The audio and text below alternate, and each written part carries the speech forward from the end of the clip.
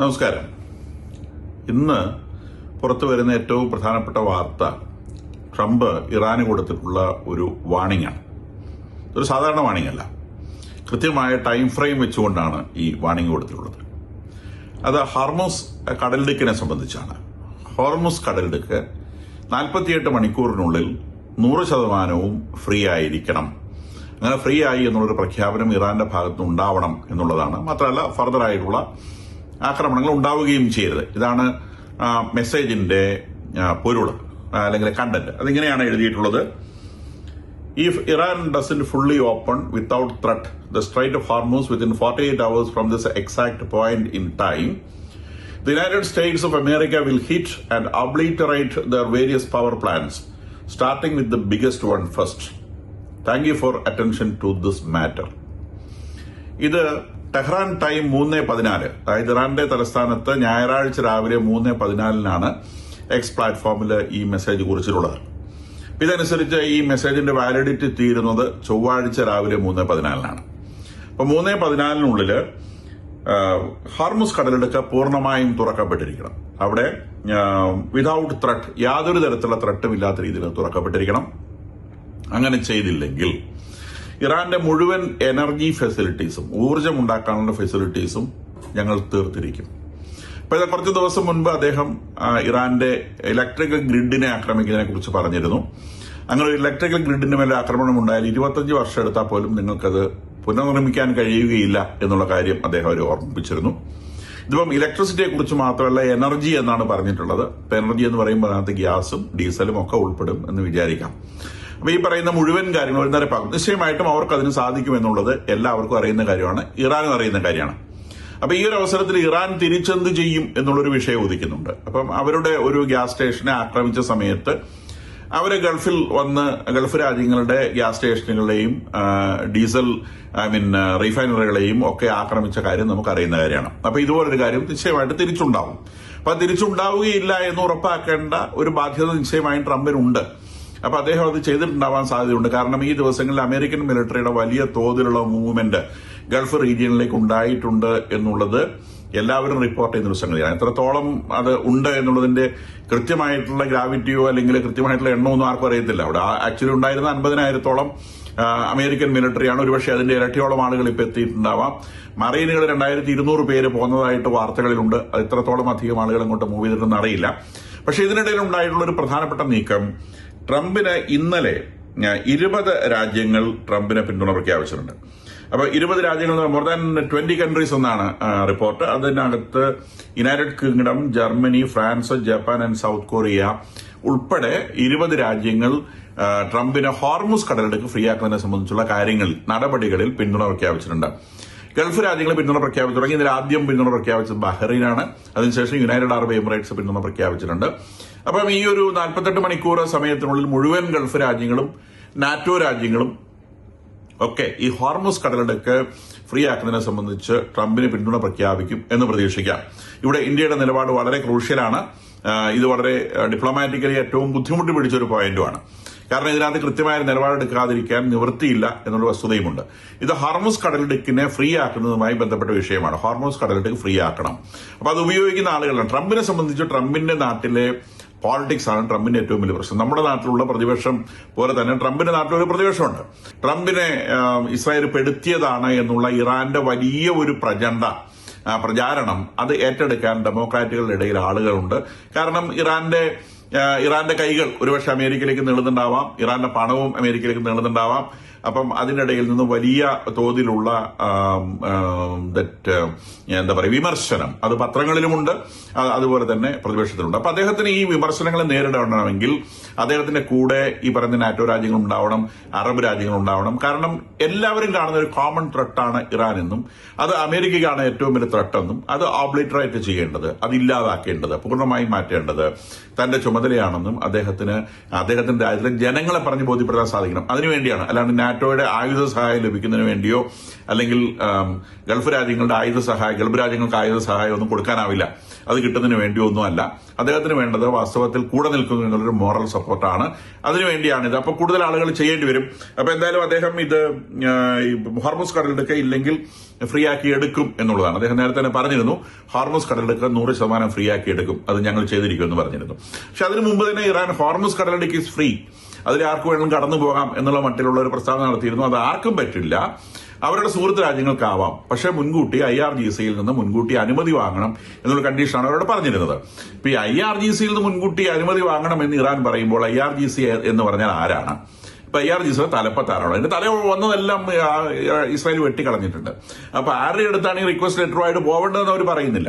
രണ്ട്, ഈ പെഷേസ്കിയാനോ അല്ലെങ്കിൽ അരാക്ചിയോ പറഞ്ഞു കഴിഞ്ഞാൽ IRGC കേൾക്കും എന്നുള്ളതിന് യാതൊരു ഗ്യാരണ്ടിയില്ല.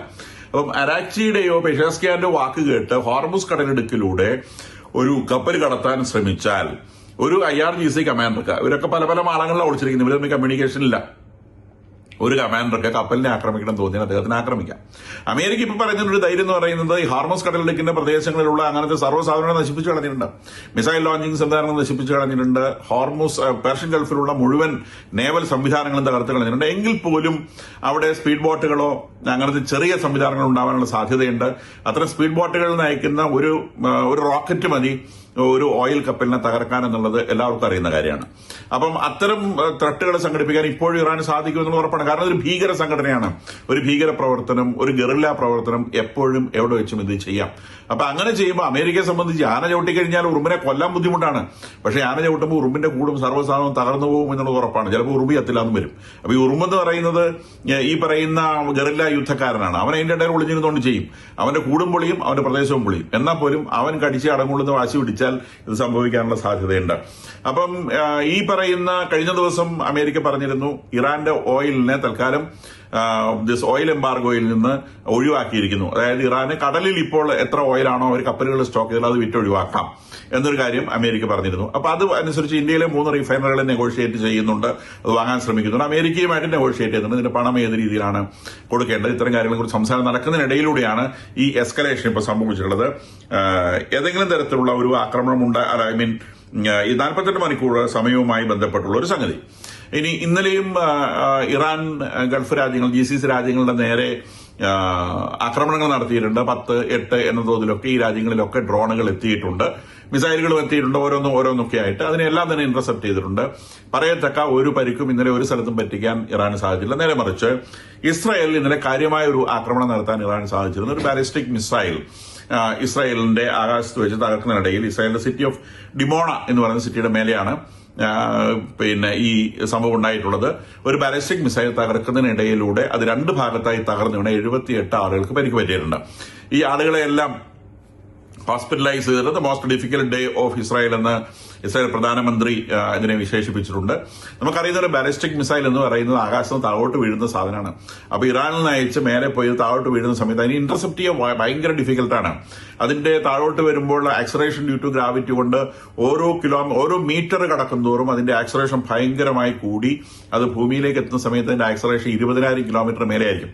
അപ്പൊ 20,000 കിലോമീറ്റർ ഉള്ള ഒരു ഒബ്ജക്റ്റിനെ ഒരു ഇന്റർസെപ്റ്റിംഗ് മിസൈൽ ഉപയോഗിച്ച് ഇന്റർസെപ്റ്റ് ചെയ്യുക എന്ന് പറയുന്നത് ഭയങ്കര ഡിഫിക്കൽട്ടായ സംഗതിയാണ്. അപ്പൊ 3, 4 മിസൈലുകൾ ഇന്റർസെപ്റ്റിംഗ് മിസൈലുകൾ ഉപയോഗിച്ച് ട്രൈ ചെയ്തിട്ടും നശിപ്പിക്കപ്പെടാതെ താഴോട്ടെത്തിയ മിസൈലിനെ ഭൂമിയിൽ നിന്നൊരു ഡെഫിനറ്റ് ഉയരത്തിൽ മാത്രമേ ഇന്റർസെപ്റ്റ് ചെയ്യാൻ ഇസ്രായേലിന് കഴിഞ്ഞിട്ടുള്ളൂ. അപ്പൊ അതിൽ ക്ലസ്റ്റർ ബോംബുകൾ ഉണ്ടായിരുന്നോ എന്നറിയില്ല. എന്തായാലും അതിന്റെ ഭാഗങ്ങൾ ചിതറി വീണാണ് ഈ പറഞ്ഞ വലിയ പരിക്ക് പറ്റിയത്. അപ്പം ഇറാൻ പറഞ്ഞിരുന്നു ഇവരുടെ ഒരു അതിനടുത്ത് ഏകദേശം 15 കിലോമീറ്റർ അപ്പുറത്തുള്ള ഒരു ന്യൂക്ലിയർ സെന്ററിനെ ഞങ്ങൾ ആക്രമിക്കും. അപ്പൊ ആ ന്യൂക്ലിയർ സെന്ററിനെ ലക്ഷ്യം വെച്ച് വിട്ട സാധനമായിരിക്കും ഉന്നം തെറ്റി 13 കിലോമീറ്റർ ഇപ്പുറം വന്ന് ടൗണിൽ വീണത് എന്ന റിപ്പോർട്ടുകൾ സൂചിപ്പിക്കുന്നു. ടൗണിൽ വീഴാൻ ശ്രമിച്ചത് വീഴുന്നതിന് മുന്നേ അത് ഇന്റർസെപ്റ്റ് ചെയ്തിട്ടുണ്ട് എന്നുള്ളതും ഒരു വസ്തുതയാണ്. അപ്പം ട്രംപ് അഡ്മിനിസ്ട്രേഷൻ അതിനിടയിലൂടെ ഇന്നലെ നഡാൻസ് എന്ന് പറയുന്ന ഇറാനിൽ ത്രൂ ഔട്ട് ആക്രമണം നടക്കുകയാണ്. ഇന്നലെ 800 സൈറ്റുകൾ ആക്രമിച്ചിട്ടുണ്ട് എന്നാണ് ഇസ്രായേൽ പറയുന്നത്. ഇറാനിൽ ഇവർ ഒരു മിസൈൽ ഇട്ടത് പൊട്ടി വീണ കാര്യം പറഞ്ഞത്. നേരെ മറിച്ച് 800 സ്ട്രാറ്റജിക് പോയിന്റ്സിനെ ഇന്നലെ ഒറ്റ ദിവസം ആക്രമിച്ചിട്ടുണ്ട് എന്ന് ഇസ്രായേൽ പറയുന്നു. അമേരിക്കയുടെ ആക്രമണങ്ങൾ വേറെയുമുണ്ട്. അമേരിക്കയുടേത് വലുതാണ്. അതിലൊന്ന് നഡാൻസിൽ ഇന്നലെ ചെയ്തതാണ്. അത് ഇസ്രായേൽ തന്നെയാണ് ചെയ്തതെന്നാണ് പറയപ്പെടുന്നത്. നഡാൻസ് എന്ന് പറയുന്നത് അവരുടെ ന്യൂക്ലിയർ എൻറിച്ച്മെന്റ് സെന്ററാണ്. ഫോർദോ സെന്റർ ആക്രമിച്ച കാര്യം നമ്മൾ പറഞ്ഞിരുന്നു. നേരത്തെ ഇത് ആക്രമിക്കപ്പെട്ടിട്ടുള്ളതാണ്. നഡാൻസ് നേരത്തെ ആക്രമിക്കപ്പെട്ടിട്ടുള്ളതാണ്. അവിടെ ചിലത് അവർ റീബിൽഡ് ചെയ്യാൻ ശ്രമിച്ചിട്ടുണ്ട്. ആ റീബിൽഡ് ചെയ്യാൻ ശ്രമിച്ച സംഗതിയും ഇന്നലെ ആക്രമിച്ച് നശിപ്പിച്ചതായി ഇസ്രായേൽ പറയുന്നുണ്ട്. അപ്പൊ അവിടെ വലിയ ന്യൂക്ലിയർ ലീക്ക് ഉണ്ടാവാൻ സാധ്യതയുണ്ടെന്ന് ഈ റഷ്യ മുന്നറിയിപ്പ് തന്നിട്ടുണ്ട്. പക്ഷെ ന്യൂക്ലിയർ ലീക്ക് ഇതുവരെ ഡിറ്റക്ട് ചെയ്യപ്പെട്ടിട്ടില്ല എന്നാണ് ഇന്റർനാഷണൽ അറ്റോമിക് എനർജി ഏജൻസി ഇതിനെക്കുറിച്ച് പറഞ്ഞിട്ടുള്ളത്. ഇസ്രായേൽ ഗാർഡ്സ് പറഞ്ഞിട്ടുള്ളത് ഇനി വരുന്ന ആഴ്ച, ദറ്റ് മീൻസ് നെക്സ്റ്റ് ഈ മൺഡേ ഓൺവേർഡ്സ് അല്ലെങ്കിൽ ഇന്ന് രാത്രി മുതൽ അവർ ആക്രമണം ഇരട്ടി ശക്തമാക്കും എന്ന് പറഞ്ഞിട്ടുണ്ട്. നമ്മൾ നേരത്തെ എക്സ്പ്ലെയിൻ ചെയ്തതുപോലെ ഇറാന്റെ ആകാശം ഫ്രീ ആവുന്നതിനനുസരിച്ച് അങ്ങോട്ടുള്ള ആക്രമണങ്ങളുടെ എണ്ണം ഇങ്ങനെ കൂടിക്കൂടി വരും. ഇസ്രായേലിനെ സംബന്ധിച്ച് അവർക്ക് ഒരു തിരക്കുമില്ല. അവർക്ക് ഇത് പതുക്കെ പൂർണ്ണമായിട്ട് ഇതിന്റെ ഓരോ കാലും ഓടിച്ചോടിച്ച് ഇറാൻ ഇനി ഒരിക്കലും നിവർന്നു നിൽക്കുകയില്ല എന്ന് ഉറപ്പാക്കുന്ന രീതിയിലാണ് അവരുടെ ആക്രമണങ്ങൾ. അവരോരോന്നും മാർക്ക് ചെയ്ത് ഓരോ പോയിന്റ് മാർക്ക് ചെയ്ത് ഇതിനകത്ത് കടന്ന് നശിപ്പിച്ചുകൊണ്ടിരിക്കുകയാണ്. അതിനിടയിലൂടെ ജയ്ശങ്കറിനെ അരാക്ചി 4ാമത്തെ പ്രാവശ്യം കോൺടാക്ട് ചെയ്തിട്ടുണ്ട്. പ്രധാനമന്ത്രി നരേന്ദ്രമോദിയെ പെഷേസ്കിയാൻ 2ാമത്തെ തവണ കോൺടാക്ട് ചെയ്തിട്ടുണ്ട്. ഇതൊക്കെ ഈ ദിവസം ഇന്നലെ നടന്ന കാര്യങ്ങളാണ്. അപ്പൊ നിശ്ചയമായിട്ടും ഇവര് ഫ്യൂവലിനെ സംബന്ധിച്ച് ഡിസ്കസ് ചെയ്തിട്ടുണ്ടാവാം.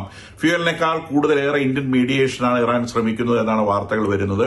പക്ഷേ ഇന്ത്യ ഇതിനകത്ത് മീഡിയേറ്റ് ചെയ്യാൻ നിന്നാൽ പോലും IRGC എന്ന് പറയുന്ന ആത്മഹത്യാ സംഘടന, അതായത് അമേരിക്കയുടെ കൈകൊണ്ട് മരിക്കണം, ഇസ്രായേലിന്റെ കൈകൊണ്ട് മരിക്കണം എന്ന് തീരുമാനിച്ചിട്ടുള്ളവർ, അങ്ങനെ മരിച്ചു കഴിഞ്ഞാൽ സ്വർഗത്തിൽ അവർക്ക് കിട്ടുന്ന ആ സുഖസൗകര്യങ്ങളെക്കുറിച്ച്, സ്വർഗത്തിൽ അവരെ കാത്തിരിക്കുന്നതിനെ കുറിച്ചുള്ള ആ വലിയ മോഹം, അത് അവർ ഉപേക്ഷിക്കാൻ തയ്യാറാകുമെന്ന് യാതൊരു ഗ്യാരണ്ടിയില്ല. പെഷേസ്കിയാനോ അല്ലെങ്കിൽ അരാക്ചിയോ പറഞ്ഞാൽ IRGC കേൾക്കാൻ ഒരു സാധ്യതയില്ല എന്നുള്ളതാണ് സത്യം. അപ്പൊ ഇവരിപ്പം ഇന്ത്യയെ ഇതിനകത്ത് മീഡിയേറ്റർ ആക്കാൻ ശ്രമിച്ചാൽ പോലും ആ മീഡിയേഷൻ എത്രത്തോളം വിജയിക്കും എന്നുള്ളത് നമ്മുടെ മീഡിയേഷൻ കേപ്പബിലിറ്റിയുടെ കുറവുകൊണ്ടല്ല. അവരുടെ നാട്ടിൽ ഈ ആക്രമണത്തിൽ ഏർപ്പെട്ടുള്ള ഗറില്ല സംഘത്തെ, ഇസ്ലാമിക തീവ്രവാദത്തെ ഏത് തരത്തിൽ അവർ കൈകാര്യം ചെയ്യും എന്നുള്ളതാണ് പ്രധാനപ്പെട്ട വിഷയം. വേറെ ഡിഗ ഗാർസിയയിലേക്ക് ഇറാൻ ഇന്നലെ ഒരു ആക്രമണം സംഘടിപ്പിച്ചായിരുന്നു, നമ്മൾ പറഞ്ഞിരുന്നു. ഡിഗ ഗാർസിയ 4000 കിലോമീറ്റർ അകലെയാണ്. അപ്പൊ അവിടേക്ക് എങ്ങനെ ഇവർക്കൊരു ആക്രമണം നടത്താൻ പറ്റി? എല്ലാ ഇന്റർനാഷണൽ അസസ്മെന്റ് പ്രകാരവും അതുപോലെ ഇറാൻ പറഞ്ഞത് പ്രകാരവും ഇറാന്റെ കയ്യിലുള്ള മിസൈലുകൾക്ക് 2000 കിലോമീറ്ററിന് അപ്പുറത്തേക്കുള്ള ഒരു റേഞ്ച് ഇല്ല. പക്ഷെ അവരുടെ ഖരംഷാർ 4 എന്ന് പറയുന്ന ഒരു മിസൈല്, അത് കൊറിയൻ ടെക്നോളജി ഈ കടമെടുത്ത് അവരുണ്ടാക്കിയ സാധനമാണ്. നോർത്ത് കൊറിയയുടെ ടെക്നോളജി കടമെടുത്തുണ്ടാക്കിയ ഒരു സാധനമാണ്. ആ സാധനത്തിന് 3000 കിലോമീറ്റർ വരെ റേഞ്ച് ഉണ്ടാവാൻ സാധ്യതയുണ്ടെന്ന് ഇസ്രായേലിന്റെ അൽമ റിസർച്ച് ഇൻസ്റ്റിറ്റ്യൂട്ട് നേരത്തെ തന്നെ റിപ്പോർട്ട് ചെയ്തിട്ടുണ്ട്. 3000 കിലോമീറ്റർ വരെ. ബട്ട് സ്റ്റിൽ ഇത് 4000 കിലോമീറ്ററിന്റെ വിഷയമാണ്. അപ്പൊ ഇവരെങ്ങനെ ഇത് ഉപയോഗിച്ചിട്ടുണ്ടാവും എന്നതിനെ സംബന്ധിച്ച് വളരെ സ്പെക്കുലേഷൻസ് ഇന്റർനാഷണൽ മീഡിയയിലുണ്ട്. അപ്പൊ പ്രധാനമായിട്ടും വരുന്ന ഒരു പോസിറ്റീവ് അല്ലെങ്കിൽ ഒരു സാധ്യതയുള്ള സംഗതി, ഇവർ റോക്കറ്റ് ലോഞ്ചേഴ്സ് ഉപയോഗിച്ച് ഈ മിസൈലിന്റെ ഈ മിസൈലിനെ കുറെ ദൂരം സഞ്ചരിപ്പിച്ച ശേഷം പിന്നീട് ആ മിസൈൽ ഓപ്പറേറ്റ് ചെയ്യുന്ന രീതിയിലേക്ക്, അതായത് ഇനീഷ്യൽ പാർട്ട് റോക്കറ്റ് ലോഞ്ചർ ഉപയോഗിച്ച് ചെയ്യുന്നു. 1000 കിലോമീറ്റർ അല്ലെങ്കിൽ 1500 കിലോമീറ്റർ റോക്കറ്റ് ലോഞ്ചറിന്റെ സഹായത്തോടെ സഞ്ചരിച്ച് അതിനുശേഷം മിസൈലിന്റെ ഫ്ലൈറ്റ് സ്റ്റാർട്ട് ചെയ്യുന്നു. അങ്ങനെ ഇവര് ഇത് പൂർണ്ണമാക്കുന്നു എന്നുള്ള മട്ടിലാണ്. നമുക്കറിയാവുന്ന പോലെ ഈ മിസൈൽ ഒരെണ്ണം വഴിയിൽ വീണു, അത് റോക്കറ്റ് ലോഞ്ചറിന്റെ കപ്പാസിറ്റി കഴിഞ്ഞപ്പോൾ മിസൈൽ സ്റ്റാർട്ട് ആവാൻ വിട്ടതാവാം. രണ്ടാമത്തേത് ഇന്റർസെപ്റ്റ് ചെയ്തു. ഈ ഇന്റർസെപ്റ്റ് ചെയ്തില്ലെങ്കിലും ഇത് ഡിഗോ ഗാർസിയയിൽ എത്തും എന്നുള്ളത് സംബന്ധിച്ച് ഉറപ്പൊന്നുമില്ല. എന്തായാലും ശരി, ഡിഗോ ഗാർസിയ ലക്ഷ്യം വെച്ചു. ഇവര് ലക്ഷ്യം വെച്ചു എന്നാണ് പറയാം. അങ്ങോട്ട് എത്തുന്നതിനെ കുറിച്ച് പറയില്ല, ലക്ഷ്യം വെച്ചു എന്നാണ് പറയാം. ഇതിനിടെ ആളുകളെ കൊല്ലുന്നതിനെ കുറിച്ചൊക്കെ പറയുന്നുണ്ട്. ഇപ്പൊ ഇറാനിന്റെ കണക്കനുസരിച്ച് ഇതുവരെ കൊല്ലപ്പെട്ടത് 15,000 പേര്, 1500 പേരാണ് ഈ യുദ്ധത്തില്. ഇവരെ കഴിഞ്ഞ തവണ ഇറാനിൽ ജനകീയ വിപ്ലവം ഉണ്ടായപ്പോൾ സർക്കാരിന്റെ കണക്കനുസരിച്ച് കൊല്ലപ്പെട്ട 4000 പേരാണ്. എന്ന് പറഞ്ഞാൽ ഇറാൻ റജീം തല്ലിക്കൊന്ന 4000 പേരാണ്. ഇത്രയും വലിയ യുദ്ധം നടന്നിട്ടും അവിടെ 1500 പേരെ മരിച്ചിട്ടുള്ളൂ.